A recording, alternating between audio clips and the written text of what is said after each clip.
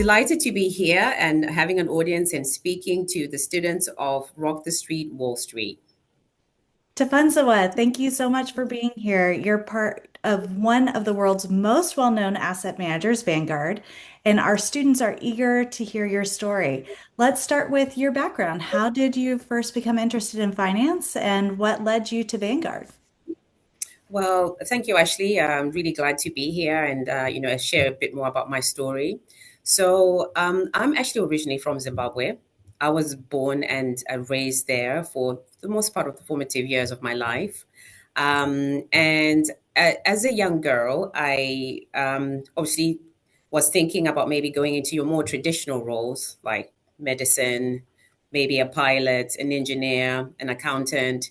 I never quite really knew what it would be that I would want to pursue as a career. So financial services was something that I never really heard much about.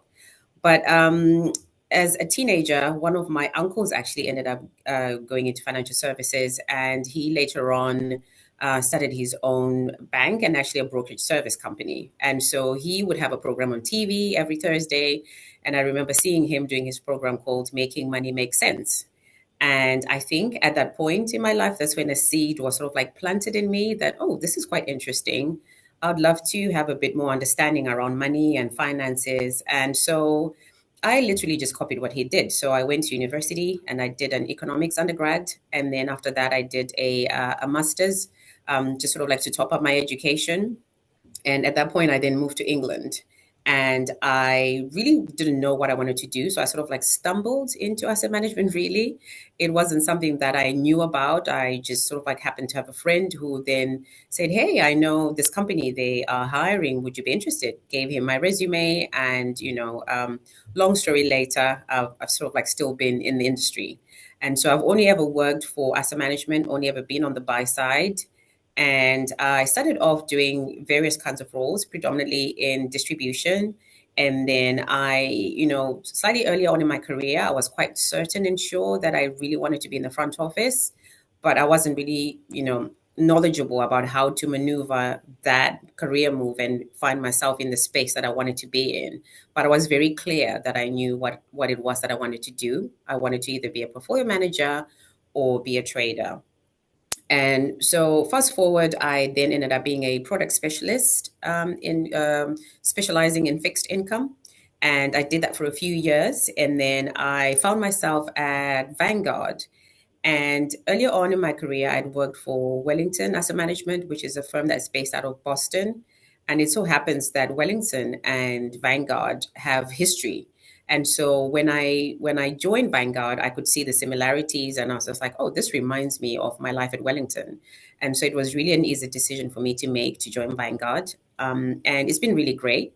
I've done a few roles here. One of those was working as a chief of staff for the CIO of our European division.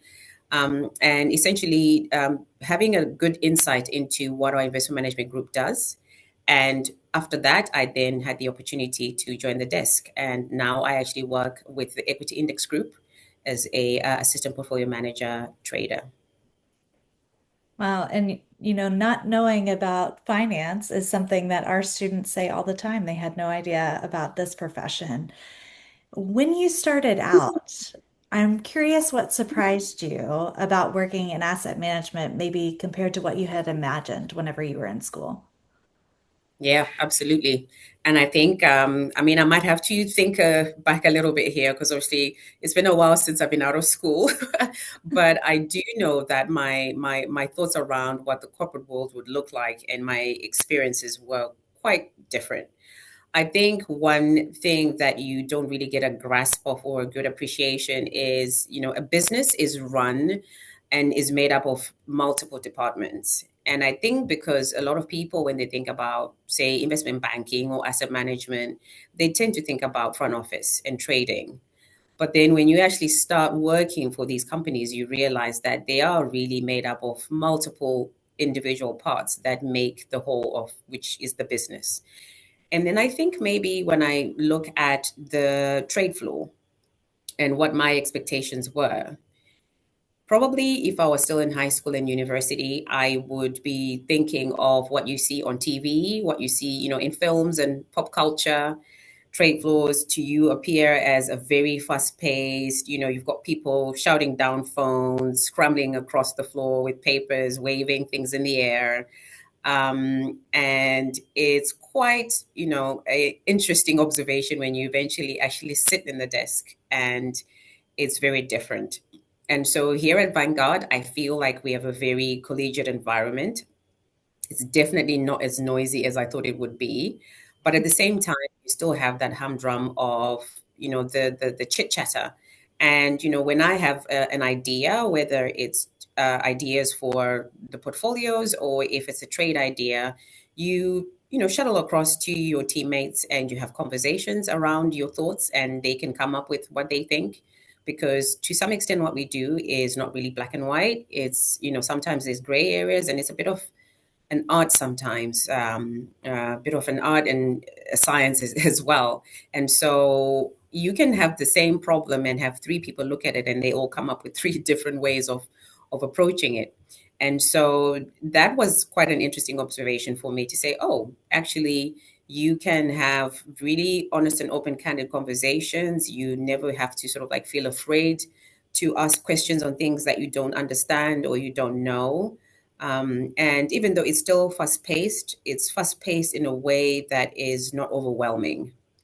So I would say probably those are sort of like my initial observations of what my expectations were and what it's actually like in real life. Well, and I like that you shared that it's both an art and a science, and that there's so much collaboration in the role. So you are a trader and an assistant portfolio manager. What does a day in a life actually look like for you at Vanguard? So that's quite interesting because we do a lot. And maybe I might just give a bit of context in terms of what we do. And so we, as a portfolio management team, we look after our client portfolios, and we are an indexing team. And so we manage portfolios in line with the guidance that we get from the benchmark providers or the indices. And I'm part of a global team. So we have a team in Australia who look after everything that's Asia Pacific. And we also have two desks in the US, so one in Arizona and one in Malvern, where our head office is. And they look after everything that's North America. And then for us here in the UK, we look after everything that is EMEA, so everything that's Europe, Middle East, and Africa. And in the European team, we are also split into three teams. So we have a pod that looks after all our sort of like UK funds. So if you think of funds like a FTSE 100, which is a very single currency UK fund, our UK pod would look after that. And then we also have a team that looks after everything that's developed world. And they look after everything that's outside of the UK, but is in developed markets within Europe. And then we have a third pod, which is the emerging markets team, which is the one that I'm part of. And we would be covering all EM markets that are within Europe, as well as MENA, so all your Middle East and North Africa countries, as well as the rest of Africa. So if you think of countries like South Africa, those would fall under your emerging markets sort of like remit. And so if I think of how the day would start, I tend to start my day pretty early. I'm an early riser, and I like to get a bit of workout in the morning. So sometimes I go to the gym, or I sometimes go running. At the moment, I'm training for a marathon. And so I try and put in at least 2, 3 days during the week, and then also like a really long run over the weekend. So that helps to just set my day for me nicely. And then if, coming in, I'll be checking the portfolios. So we'll look at all the risk allocation and make sure that the portfolios are in line with wherever I would have left them the day before. If there's been any corporate actions, any index changes, I just need to make sure that the liquidity of the portfolio looks good and I'm happy with all the risk allocations that we have. So that tends to take quite a bit of time first thing in the morning as part of your start of day. If I am looking after all our trading responsibilities, then I would spend some time looking through all the broker chats, making sure that I'm on top of any macro events that are happening on the day or in the week. Just also being on top of any index changes, any corporate actions. As you can imagine, as an index manager, we own a lot of companies. And so if you think of the S&P 500, because we follow that index, we would own all those 500 companies that are in the index. And so think of that now when you look at MSCI Global or FTSE 100, FTSE 250, FTSE All Share, we would own all these various companies. And on any given day, these companies either are going out to market trying to raise capital, or potentially they're doing some kind of M&A, which is going to impact their capital structure. And so that could then impact their weighting in the index. And we need to make sure that our portfolios are in line with that. And so our days are pretty full. The I days are imagine the same, so. but yeah, exactly. They're the same, but not quite the same. So every day brings you something different.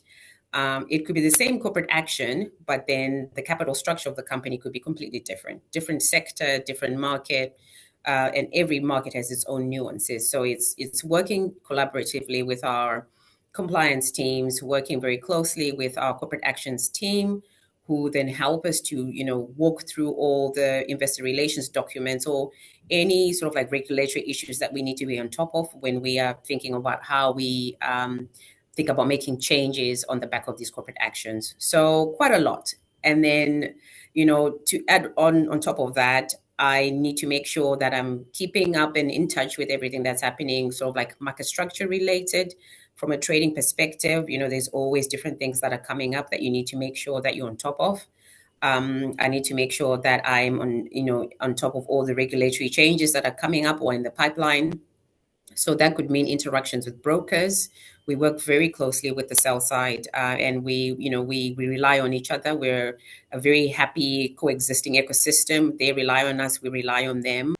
Some of our students have asked about strong career foundations. What habits or practices have helped keep you grounded and growing both personally and professionally? Yeah, that's a really good question, and it's quite interesting because at the moment we have some interns that are actually working with us for the first time. We have an internship program, and it's been wonderful to see how they've just joined the company and joined our various teams in the investment management group and been able to just fit in.